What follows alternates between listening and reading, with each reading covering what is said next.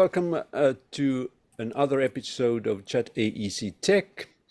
And this time our panelists will discuss the digital maturity of AEC firms and also digitalization in general.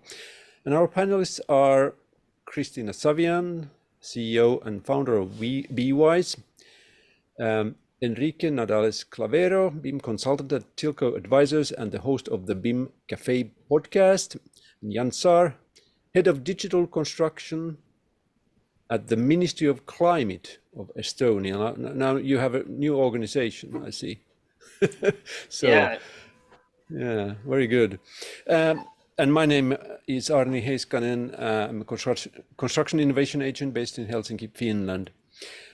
So I actually found a report about digital maturity and how it's from the UK by Causeway Technologies, and I thought that maybe this report can give us some basis for discussion for this time.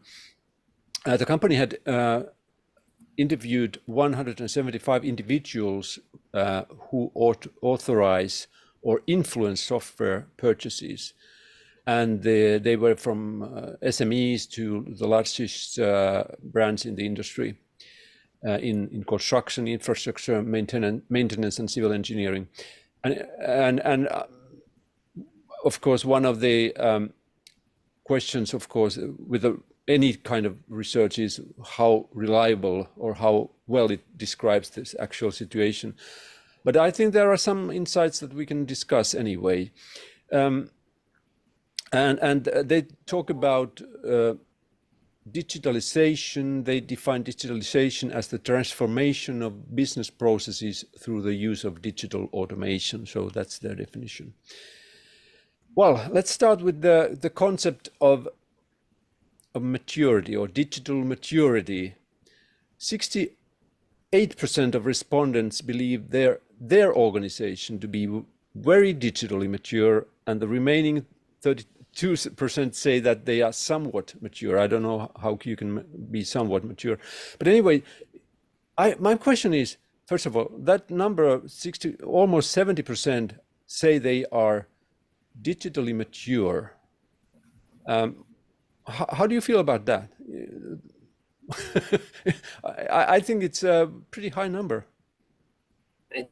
It's definitely too high. I would say digital maturity in our industry, 70% is being very, very confident about themselves and about their execution. So, but I don't know. What about others? Does it seem Do we not relevant? define first what really digital maturity is, and accept that perhaps for some people, being digitally mature means I use my iPhone? Because I think that is the point. I think a lot of people don't realize what's possible, and they think that the fact that now they use PDFs or something like that, it means like on site, it means like, oh wow, we are digital, right? Because we no longer use pen and paper. I think we need to go back and actually try to understand what it means, and also the variety of, perception of maturity. And that's absolutely true. I think, everybody uses email. Does that make you digitally mature? I mean, I don't really think so. Yeah, and one of the interesting points they make also is that 71% of C-level executives believe they are digitally mature, but only 62% of non-senior managers and people in technical roles agree. So maybe there's also this idea that, of course, our organization is digitally mature. It's like the higher you go, the less you maybe know about the reality. Yes, and the more you are invested because you already put so much money into the digitalization of the company that you have to say that you are. And also, let's be honest, whatever gets reported at a higher level is always higher than the reality, because they need to demonstrate results, right, of implementation. So today I was at the Digital Construction Summit here in Dubai, and we did discuss, this actually on the panel I moderated. And I think the biggest, challenge we have is trying to assess whatever is the KPI or the metrics and what actually, how it's defined and what it means, and, report, back. Also, one very interesting fact that maybe here where we see different, but, type of answers depending on the countries, as here, we are very international, is the interesting fact was here, as you know, there is some type of workforce on site, okay, which comes a lot from, Asia, India, Pakistan, you have a lot of them. And some of these people, interesting enough, they say they hardly have a phone, right? But they do have a phone. And their level of digitalization maybe might not be very, very high, but they're used to use certain apps. So if you give them some of the basics and just what they need, they actually use it. Whereas they might not have some like very, very high, skills, like general skills, but they know how to do their day-to-day lives. And if you give them something to improve their day-to-day work, they will use it. Enrique, you had something to add about the maturity. Sorry, I'm muting myself first. Sorry. Yeah, I was saying that also it's good to read on this small letter that those 71% of the respondents that said that the business is very mature, they are on the senior level as well. So Cristina also commented. It's important to know who answered what exactly, not just taking the number as a generalization for the whole UK or the construction industry in the world, right?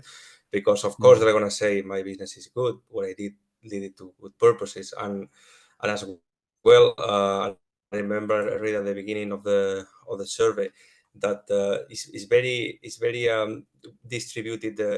The audience breakdown of the company, I think, is what at the beginning of the charts. Yes, here is like 40% of them, they are businesses with more than 3,000 employees. So the muscle or the capacity for them to implement digital tools or try new things is way easier than the rest of them. So it's not it cannot show you with 175, I think, scope of businesses a real estate of the whole industry.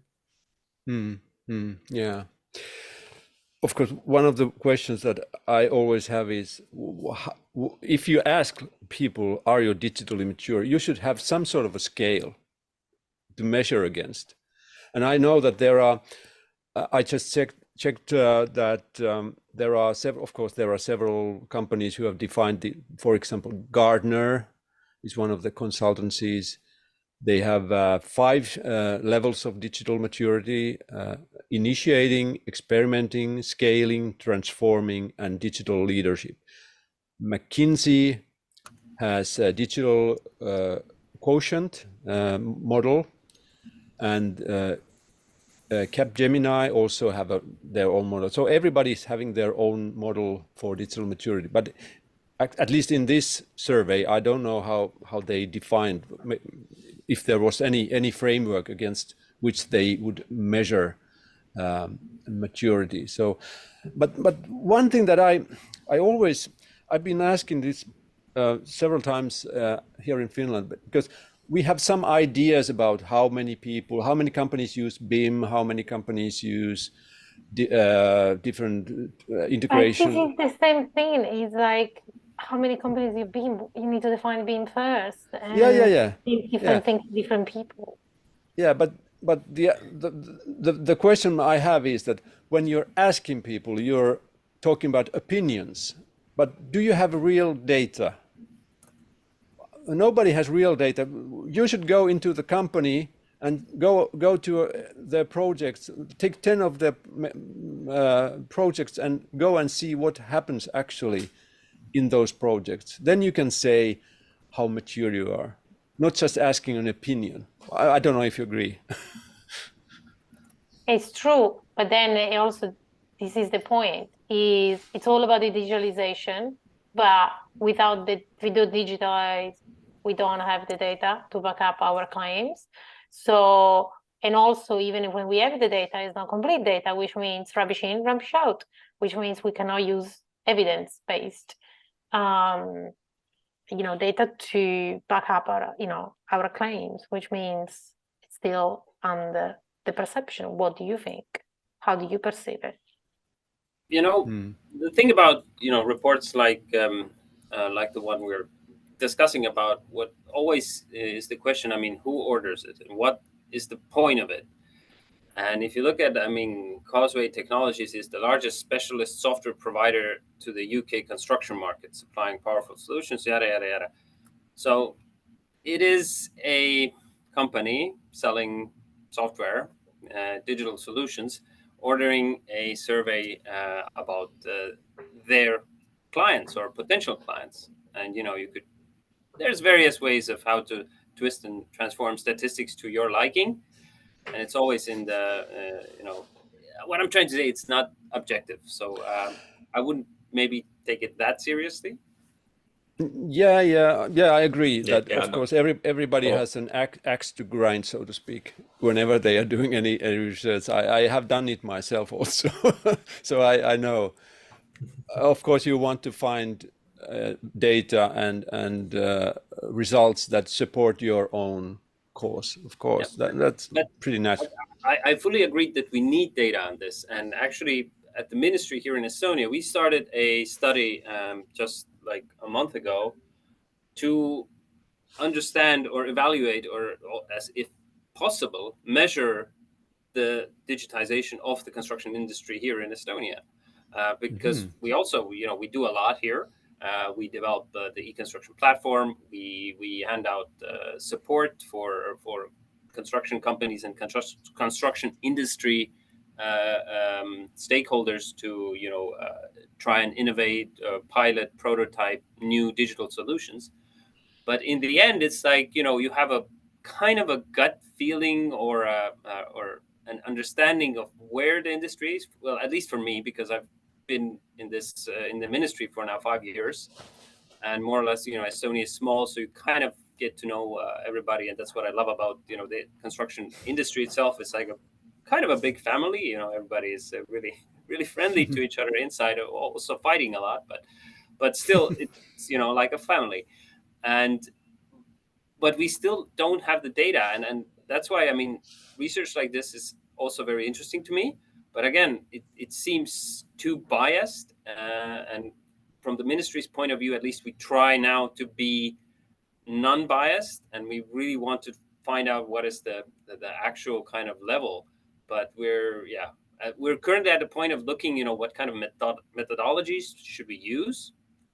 And there's certain methodologies to measure the overall digitization level of a company. Well, that's not really what we're after. So we're kind of trying to be more specific. But what are the kind of I've yet to see the results of our consultant who's helping us do this, of what kind of research they found that we could use as a benchmark or something we could kind of reuse, because we don't want to invent a new methodology, because that is rather pointless as well. So any kind of references you guys have or ideas about these kind of studies would be very beneficial and interesting to me. Enrique, you raised your hand. And what Jaan said before, about the Causeway, and also one of the biggest the main takes I took from the report is that they enhance the need to have these unique, integrated, specific software solutions. So of course, this is the endless question about one ring to run them all, and should be my ring, no your ring or someone else's, and then linking what also Jaan mentioned about the data. Supposedly, we have the ability to have clean and pure data from the construction industry. That's not all of the end of the road. The job is to analyze it properly, and to avoid what we all will have is like try to put the data towards our things or ideas. Should we not maybe establish that I don't know, filtering or results before to have the data, so when the data arrives, you don't need to. There's no freedom for you to tweak it around and say, okay, it's gonna back up my idea. No, you should have the path of how to analyze it, and the results should be kind of automatic processes. to end out with something previously established. So there is no human or bias interception there with the data once arrived to you. But this is part two, right? Like first arrive with the pure data and then analyze it properly without having yours or someone else's inputs there to lead it your way. Yeah, that's a good point, of course. Yeah. So once we have, because now we are able to have data, so that is a good point, a good thing, and oftentimes when we analyze the data, it reveals something, probably something very surprising. You don't really, you cannot, let's say, you cannot intuitively infer that data. So there will be surprises, I'm sure. One of the things that I found also interesting in this report was and they say 94% of the respondents agree strongly or somewhat that manual spreadsheets are still used by their organization despite the adoption of technology. So Excel is still the one that rules them all, isn't it? Why? Why? Because it's simple. And you don't need a high level of, skill set to use it. And I think one of the challenges that we have is sometimes it's this software, like it's too complicated and these solutions are a bit too complicated. There needs too much training and there are just not, straightforward. And I found it interesting that so many people can just pick up a phone, smartphone and use it. And all of these apps, but when it comes to construction, for some reason, we're just not good enough to replicate that simplicity to the, to the product. And I just, it's challenging. I mean, Excel is like the pen and paper of the modern age.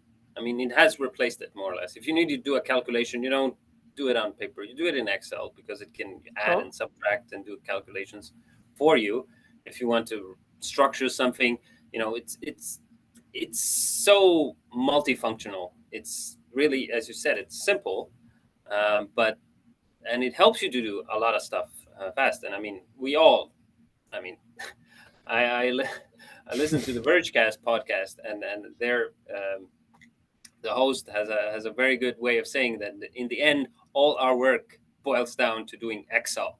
I mean, and every one of us, I'm 100% sure we work in Excel files at one point or of the day. Well, maybe not every day, but more or less that's what we all do. If you're an office worker and you use a computer, you most probably at some point use Excel. So yeah, it's universal, but there's also the kind of the law of universality and efficiency. Something that is very universal can never be very efficient at anything, but something very efficient is again not very universal. And if we're talking about increasing the productivity and the efficiency of our industry, then Excel is probably not the most impactful way. It will help, of course, but we need to be thinking more about applying repetitive tasks, automating stuff, and scaling it up, I guess, not just from one company, but to a lot of companies and organizations and between organizations as well. Enrique, do you use Excel every day? Taking back what we discussed at the beginning, and are we industrialized? Well, not every day, honestly, but I do use it. And taking back what we said about the digitalization, that all those people that use Excel, does it mean that they are digitalized? We want to go deeper on that. No? The word digitalization for me arrived after Excel, so it should be for something beyond that. Those are the solutions that you're trying to implement to change the construction industry, blah blah blah, right? So that's not the goal to say, yeah, sure, I am digitalized, I use Access, like I was at the beginning, I use email, or I open my laptop, my computer every day. But it's very typical that people find typically the let's say the easiest way to solve things, and Excel is probably one of those. And for example, in Finland, the most used communication tool on construction sites is WhatsApp. So it's universal here. But the problem is not only there.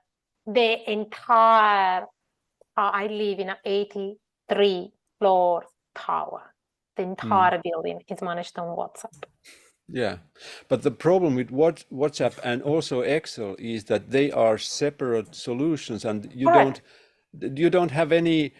You don't have a, let's say, a whole picture of the process. It's scattered, it's siloed, and there's no integration. 100%. It's simple, and that's what everyone knows how to use. It's very easy to communicate and everything. But tell me how in a tower, like honestly, duplicate this 1,000,000 times. And I had this discussion with FM, people, and it's like, you tell me you cannot draw any analytics. You might not, because you are here every day. The one item in every build, in every flat breaks down, right? But you could actually have data to back up, and you say how regularly that happens. So you can improve the way how you maintain the buildings, how you manage your contractors, and everything. We have a problem. It's not about the maturity of digitalization, it's the quality of the maturity, don't you think? That's a good point, yeah.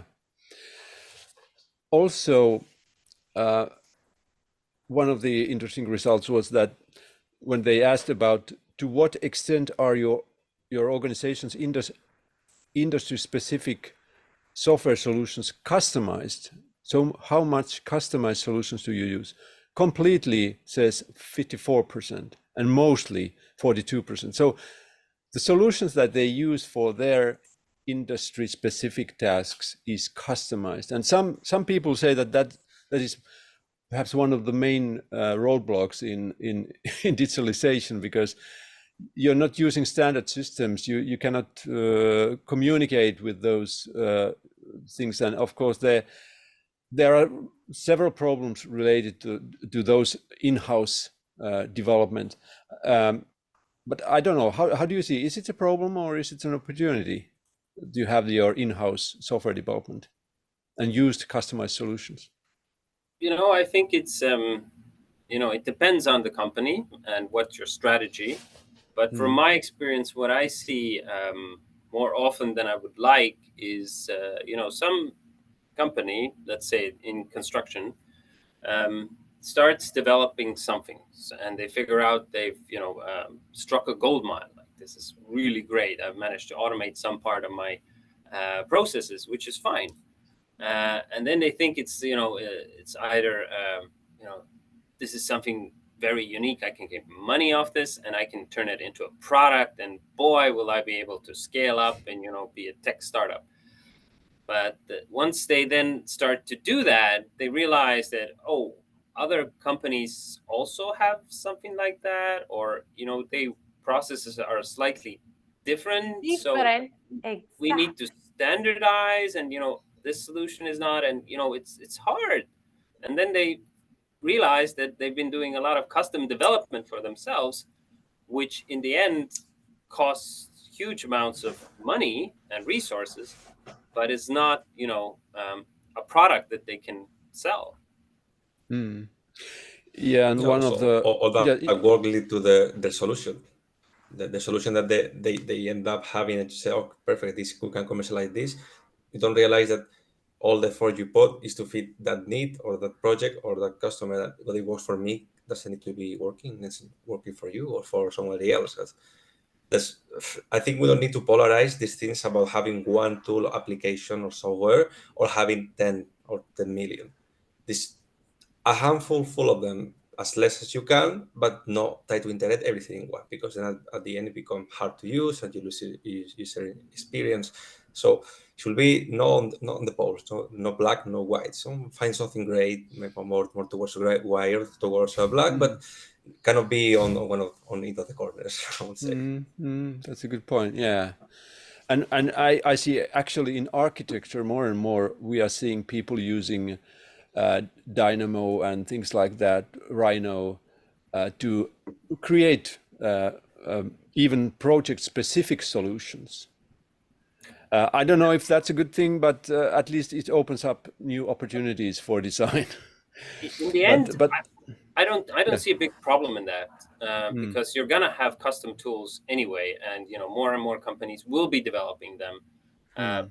But I think what we need to focus on, and at least at the government level, we're focusing on a lot on this in Estonia, is open standards and how you cannot integrate every piece of software with every other piece of software.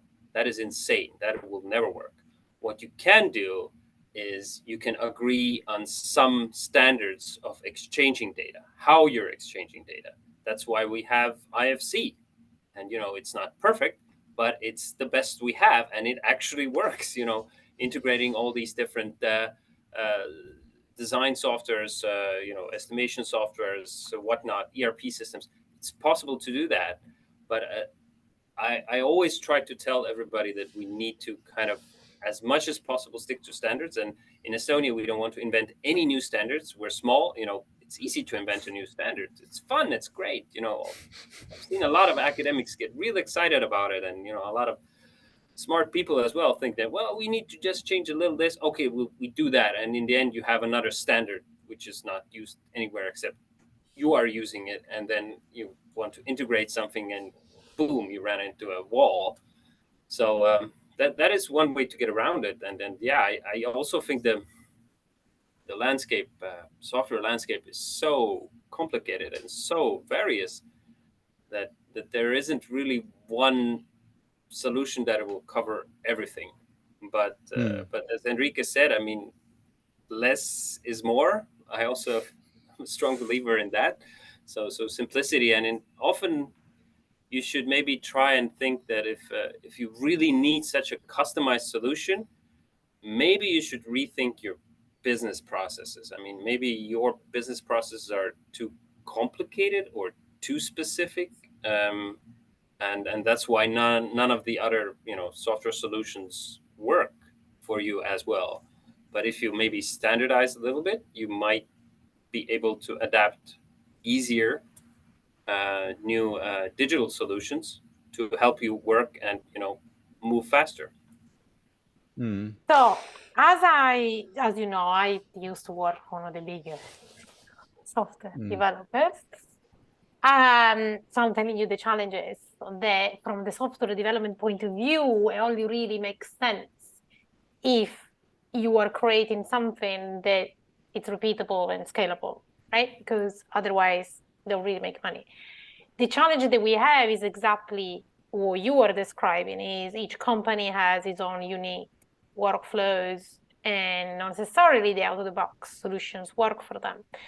The challenge also we have is that a lot of them, the existing ones, they should have better API integrations and allow for building on top of those customization, but let's be honest, that's not necessarily what they want, right?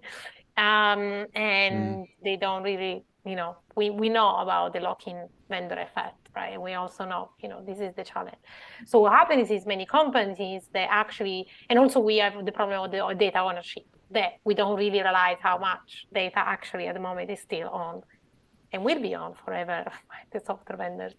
Where actually, so this is where some of the companies come to getting smarter, and they say, no, I'm going to develop my own, because at the end of the day, it shouldn't be costing them much, and I'm going to create something that only works for me. The challenge is that then, because they're witnesses, is they are either design companies, construction companies, or asset, management and operations. Guess what? They are not software developers. So then they realize that their in-house solution actually costs a fortune because it's a different business model. It's something different. And they also realize that they cannot be sold to the outside because they are just not software vendor. They cannot scale. They don't have the systems. Even the, simple, LSA, they just levels, they just can't fulfill them. Right? So they get into this trap. What is the solution? I wish I knew. But here is where I have the question for you. What do you think? Yeah, but perhaps now that many companies are moving to the cloud and cloud computing, maybe that is something that will also change the scene a little bit, so that I think that it typically means that the solutions have to be somewhat interoperable if they are on the cloud, because you're not managing the whole let's say infrastructure yourself. But I don't know if it changes I think anything. we have still the same problem. I don't know if the cloud is going to solve it. I think it's an inherent problem in our industry because we're so still so project centric, project focused. You always think, you know, you're thinking in projects. You're not thinking in products, not in processes even. So, you know, some are, of course, which is good. I mean, especially if you look at those who are doing prefab and offsite manufacturing and construction. These companies have realized that they need to turn, you know, whatever they're doing into a lean manufacturing process, and then you can start to apply all these great tools they've, you know, invented for manufacturing already decades ago, and to streamline, you know, the supply chain and everything. But in construction generally, it's still very project centric. You know, I have my project, it's unique, I do it my way. You know, I can't apply everything I did in the last project, you know, because of the location, because of the client, because of the architecture, whatever. But this is, I think, the biggest challenge we have in the industry is changing this mindset that, you know, of all the buildings you see, I mean, 70% of them is exactly the same. It's like structural elements. It's, you know, doors and windows. You just put them together a little bit differently. And of course, there's architecture involved, but still, I mean, interior finishing, and you're in the end using construction products, which are universal. But the whole, you know, mindset and thinking, I think that is maybe the biggest stumbling block we have in you know, unleashing this huge potential to digitize the whole industry and to kind of streamline product delivery. But boy, this is a tough nut to crack. I totally agree with you, Jaan. This is the fundamental problem we have. We're thinking about projects, and every project is like a new enterprise. It's like a completely new, even though it's the very same process, it's the same people doing the same things over, but still they see that this is so unique. It has to be. Well, they need to sell that to the client, no? The one who pays wants to have that unique building or house or congress hall or whatever. This is always that what architectural touch is selling, right? Like, yeah, I want to pay Norman Foster or whoever to do my design because it's gonna be unique and will have more value. Yeah, but Foster and others, they make only a tiny portion of all the construction in the world. Most of the construction is pretty standard, I think. By the way, still we have that belief. Yeah, we were talking about the in-house development and customized software. In the research, they asked what challenges, if any, does your organization currently face when using industry-specific software solutions? And the top challenges were lack of technical support, lack of integration with existing non-industry specific systems, time and resources to implement. So technical support is something, because if you have in-house software and if you use really, let's say, non-standard systems, you need somebody to support those. And it kind of, it's a problem. In some cases, even it has happened that it's so personified, so certain solution is so personified that when the person leaves, the knowledge leaves the company as well. Isn't that, I have seen that. I don't know if you know the problem. Yeah, absolutely. I've seen it dozens of times before. And, you know, in every organization, if you're going to implement some kind of a new tool, you need kind of the super admin, or you need the people who are there to who are advocating, who are, you know, the evangelists, and they really want to use it, and then they get others along with them and they pull them. But if you don't have that person, or that person leaves, you have a big problem, especially if you're dealing with non-intuitive solutions. If it's a really easy thing, then it'll catch on much quicker. But as they say that you know, they're using over what 50% of them are using customized solutions. So that means it's very specific and very weird to use probably. And you know, if it's custom, you need a guy who tells you why it's custom and how it's been customized. So that makes that makes sense, I guess. Yeah, and I have also often seen very many times, especially in construction companies, that they have what they call legacy systems that they have been using them for decades already, and they have so much information, so much data in those systems, and they have so much their processes in a way follow the logic of the legacy system, that it's really difficult to change anything. Don't touch it because it works, and that makes any kind of change really difficult. And there are people in the organization who try to keep the status quo as long as possible. Cristina, as you've been, you know, in software development, how do you see the importance of support in companies? The challenge is, it depends on what, you know, so this is the thing, is I was thinking, you know, why the existence of these legacy systems and why we get trapped on what is preventing us from moving and adopting, you know, new stuff. The legacy systems that tend not to be interoperable, okay? And the challenge we have is also the fact that we cannot really,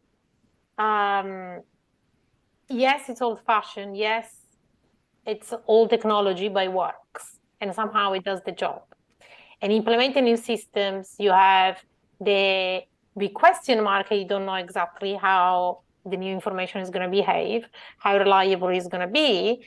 And very often, if it's very new technology with a company that has not really been around for a long time, it means that maybe it's not going to be around for much, you know, for only for years. Well, what are you going to do with all of this data? And what are you going to do with, you know, the cost of transition and everything?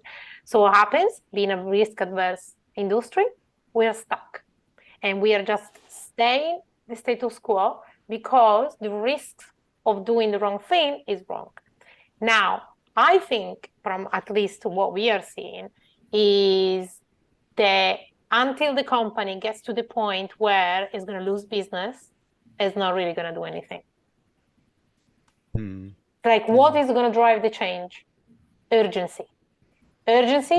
You're losing market share because your biggest competitor is winning all the work because perhaps implemented new systems, or interesting enough, because honestly, and I heard this today, and even without going into the details, as you know, some of these point solutions are acquired by very, very big, large infrastructure, you know, solution, you know, software solutions. So what happens is, despite they're very expensive, it's actually easier to implement these solutions.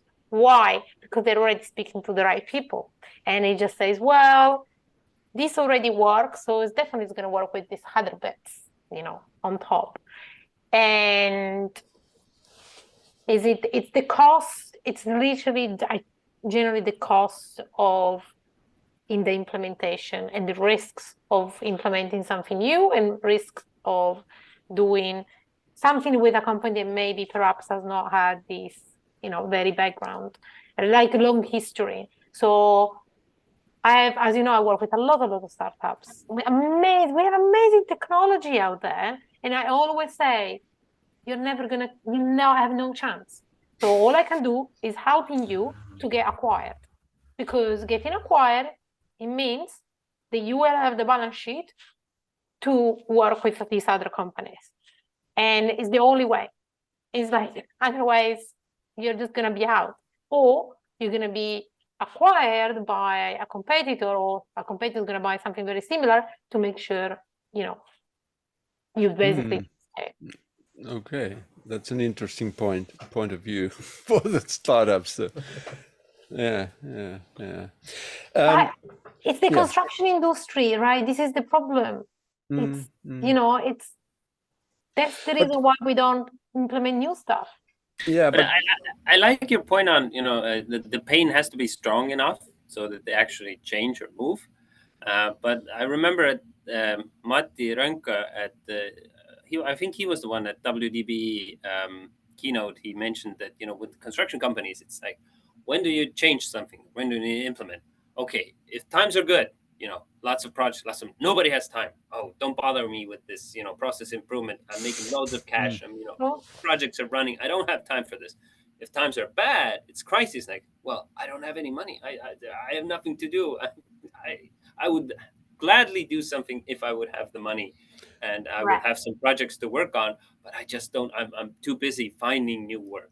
So, and this is what you hear over and over again, because they're always so busy. Either are looking for work, or they're too busy working and they don't have time to innovate or change. 100%. There's never a good moment. They asked me, here now, I just moved, to the UAE, and they asked, oh, there is so many projects, and there is like a lot in Saudi, is like, this profits are too high. Nobody's going to drive anything, any digitalization piece. I mean, it's a catch-22. And also, this is interesting thing, even where in Saudi here, we certainly witnesses the fact that the digitalization and the vision is very, very strong, because the expectations are very, very, very super high. But guess what? They can't find skilled people to even try to implement anything. They just don't exist. And the project needs to be done, so it's going to be done the old way. Yeah. Perhaps we can still find one piece of information from this research about the key factors that are driving digital initiatives at those companies. And the top three were improving the user experience, improving the accuracy of data sets, and data standardization. So it's I find it very interesting that improving the user experience would be number one. Or is it? They're beautiful words. What do we mean with that? I think the number one reason for any company should be, how can I make more money and be more efficient and get profits for my shareholders? That should be I would think, the driving number one reason why you should digitize anything. Of course, user experience, all that is good, and better project delivery. Then you get to sustainability and all of that nice stuff. But in the end, if you're in the profit-making business, you should be thinking of, how can I be a bit more efficient? Maybe save some resources, do more projects, have a better margin. So that would be sense in my view. Yeah, perhaps how would I gain a competitive advantage? Maybe that would be the question. Yeah. Enrique. Those are the real behind. That's what you said. I can call it user interface, user experience, sustainability goal, because it looks very nice. But the real engine of all this is how I make more money. When I was discussing with one architect a while ago, he told me something very interesting that they implemented in a company, using BIM and other tools, that they were accounting, kind of, because it's also hard to measure the money or cost effort saved during those projects. And at the end, they allocate those resources they save during the projects on the year or on the quarter or whatever to a project, which is, they call it zero cost project. A project cost done by the effort we save from the others. So instead of monetize it that way, of I save 2 million euros, for example, I could make an extra project with the effort I save from the other one. So that sounds very interesting in a way of seeing, but in a different scope, because it's not always about saving money. Also, you can look at it, I'm gonna save time and be able to finish my project on time and do something else on the top, instead of getting money back, because you're not going to get a cash back. Congratulations, you use BIM to do this project. Here is your cash back. No, it's not workable like that. No? So ideally you will earn some money and you do this zero project or zero cost project. Of course, the bigger the company, the more you have kind of possibility to think in a broader term, more holistically. And in the end, how you companies, even bigger companies, make money is it's not just about efficiency, but it's about first getting the right people. How do you attract the people? How do you make your company more attractive? How do you brand it? How you market it? It's all linked, right? And that's why it does make sense often to, as Enrique mentioned, to do these zero cost projects, and you take the profit and you use them somewhere else that will make the company overall look better, and perception of the company is better, and you might get more clients, you might get better projects, etc. And that, in the end, again, it translates into a better revenue, more profit, maybe. Not necessarily profit, but still better revenue and company growth, which is good for employees, etc. But yeah, I mean, I don't think user experience being the number one reason to digitize something, that sounds very odd to me. That means like you already, you have some crappy system and you're upgrading it. I can't use this and whatever. But it sounds like something a software developer would put as number one. Yes. Again, yes, why. But of course, there was also, I think in the research, they also mentioned several times the integration, and the integration is one of the key, maybe the line that holds this together. Well, we started discussing the maturity of digital maturity, and of course the question, I think these three concepts: digitization, digitalization, and digital transformation. And if you think about digitization, it's like turning something physical into a digital form. I think we are there already in the industry. 100%. Yeah, but digitalization is the use of digital technologies to change a business model and provide new revenue and value producing opportunities. So that's something that we should now strive. And then the transformation is something that is, as a result of this digitization and digitalization, it's the result, the impact caused by all this. So how we can totally manage our business differently, and I think that industrialization in general is the future because I don't see a future we can still do a lot of manual work on the construction side, and we need some sort of more systematic way to construct and produce and fabricate. It doesn't always mean robots or things like that, but I see in the future that maybe the industrialization is the key concept, and it of course ties very tightly into digitalization. Or what are your thoughts? Yeah, totally. It's Go ahead, Enrique. Yeah, I agree with you also. I mean, industrialization, industrial processes automated, they are the way to go to, as Jaan said before, and we discussed, the projects are pretty much the same. We're using doors and windows in construction for residential houses or buildings, and why not to do like that? And also the core of all this, the word you said, the backbone of the integration, we need to work on this common standard or data format exchange, because the process you do as you want. I'm defensor of you do your projects as you feel they are the best for your customers and your needs. Well, I'm gonna ask you for a result and to give metadata to the public administration or whatever on a short standardized way. And also I like to add the word machine readable, because the data is just not given a spreadsheet. However, it's to be structured and it's machine readable, because at the end it's better to give it to the computer to analyze it or give me the values for it. And that should be the backbone that unifies all that. That you do your process as you want, give me the exchange data properly between us and with some common standards and open formats, and that should be enough. You don't need to convince people to use a software or a system or whatever. If a company thrives and progress and make a lot of benefit, do the thing industrialized, don't you think that all the companies around and the bigger players will start to copy them? Of course, we don't need to force them to that. Whoever succeeds the first will set the pace for all of them to go for this common road. Yeah. I agree with you totally on the industrialization part. And I used to work for a timber prefab manufacturing company. And like in Estonia, it's the industry is very advanced in the timber prefab industry.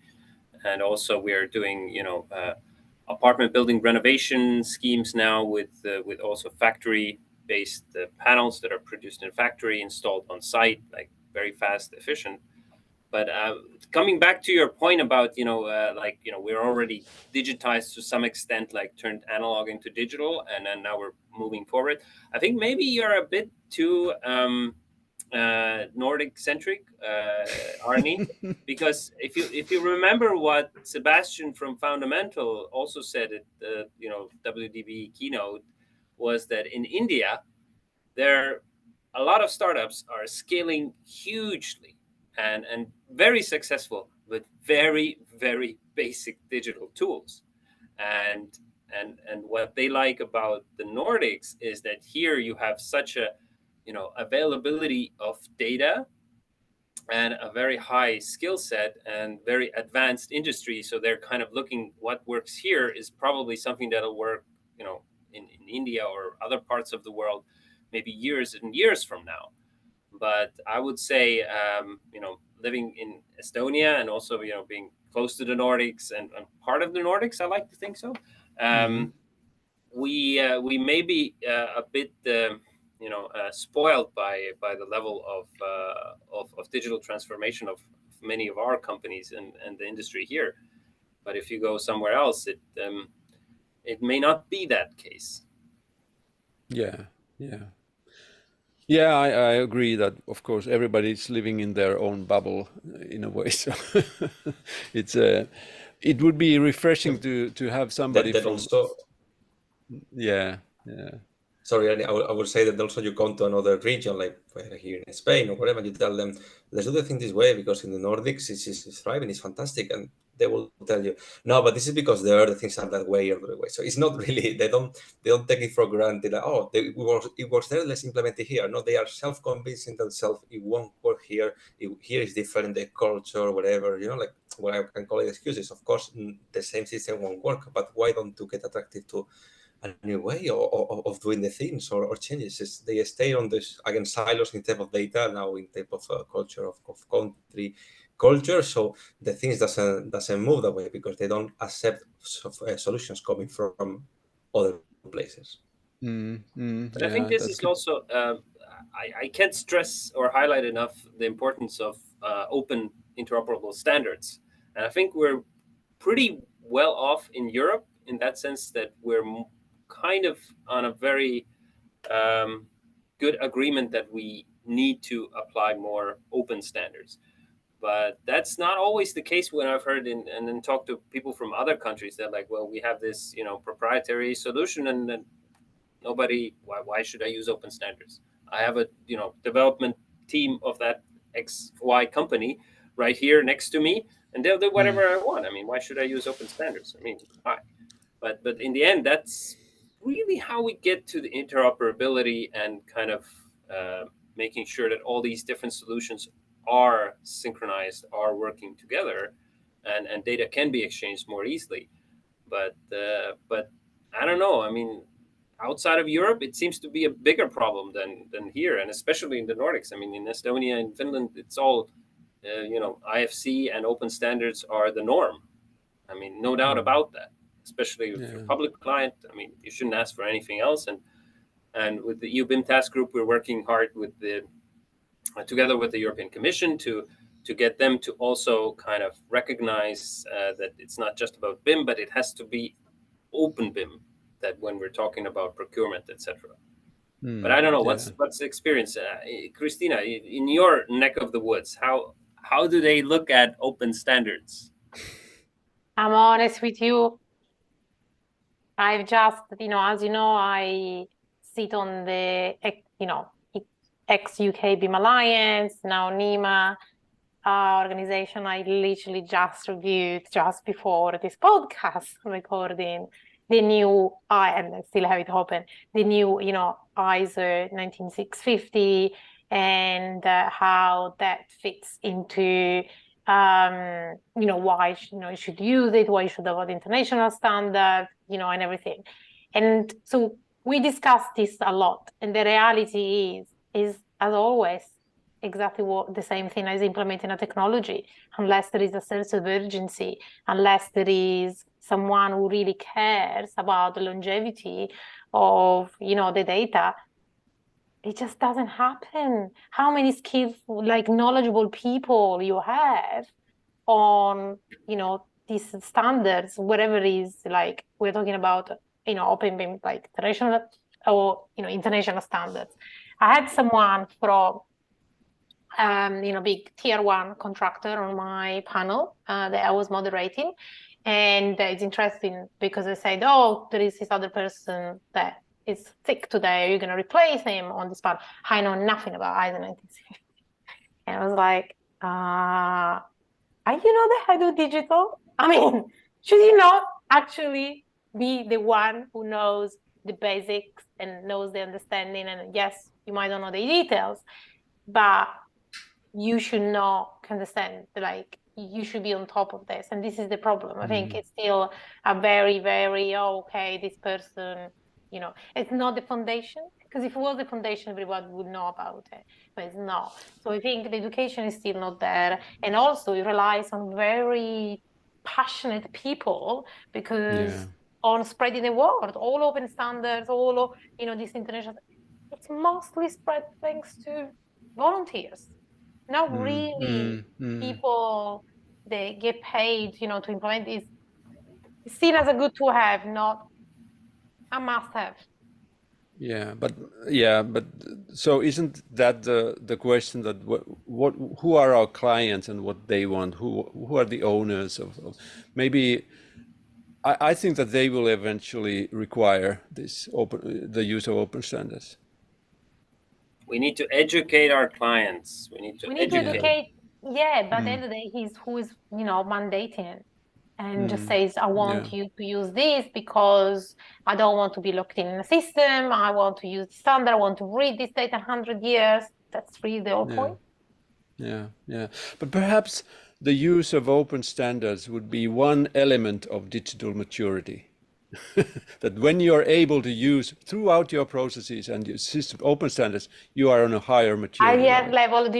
See, let's create a new scale of the digital maturity for AEC. They actually reflects the reality of digitalization. Sorry, getting lost here. Digitalizing the industry. Not digitizing, because we said we are, right? Okay. So in the end, what we're talking about is interoperability. Just that the open standards are, in my view, the best way to ensure it. But as a maturity level, the more interoperable you are with others, the more mature you are, I would say. So it makes perfect sense. So I will react to that 71%, and they said the organization is very mature. If they're using open standards, they know what is an IFC. That's right. Well, I think we have now, we could talk forever, but perhaps we should now say thank you very much. You're again our fantastic panelists, and we'll come up with something next for the next time. And so let's keep the ball rolling and promote open standards. Yes, perfect ending, Aarni. Thank you. Thanks. Thank you so much, Aarni, guys. Bye. Yeah.